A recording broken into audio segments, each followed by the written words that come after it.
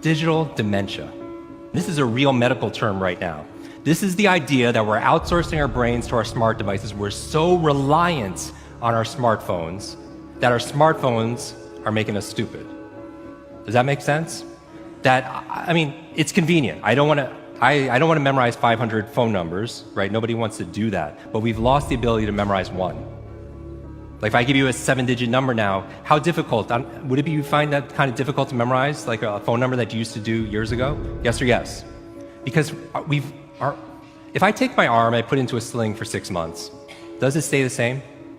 Would it even grow stronger? It would what?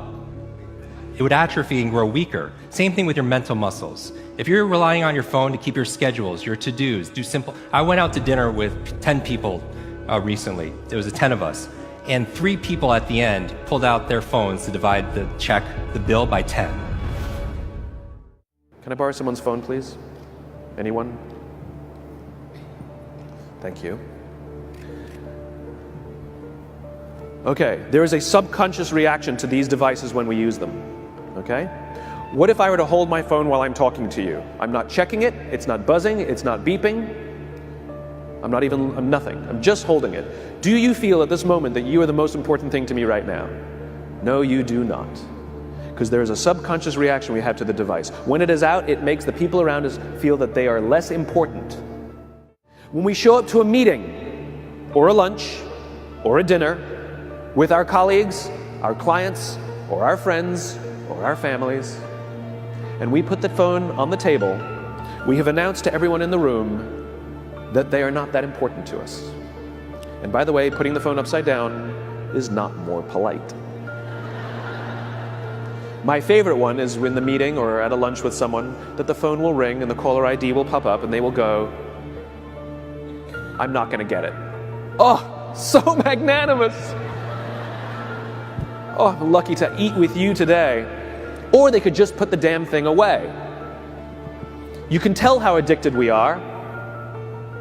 When somebody pulls out their phone when you're with them, how uncomfortable does that make us feel? You're walking down the street with someone, they pull their phone out. We feel stupid, so what do? We pull our phones out.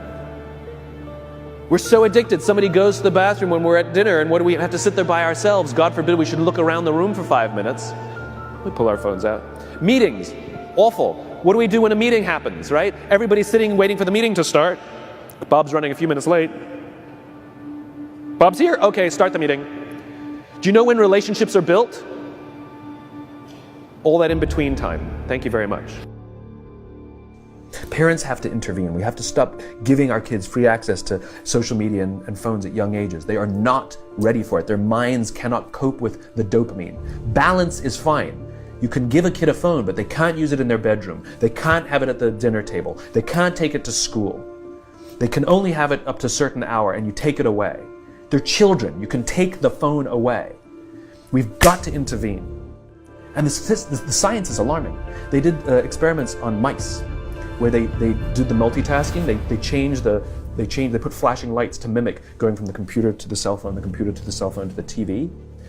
The mice that were exposed to the changing lights, it took them 3 times longer to solve a maze than the mice that weren't, and the damage was permanent. It didn't improve when they stopped the lights.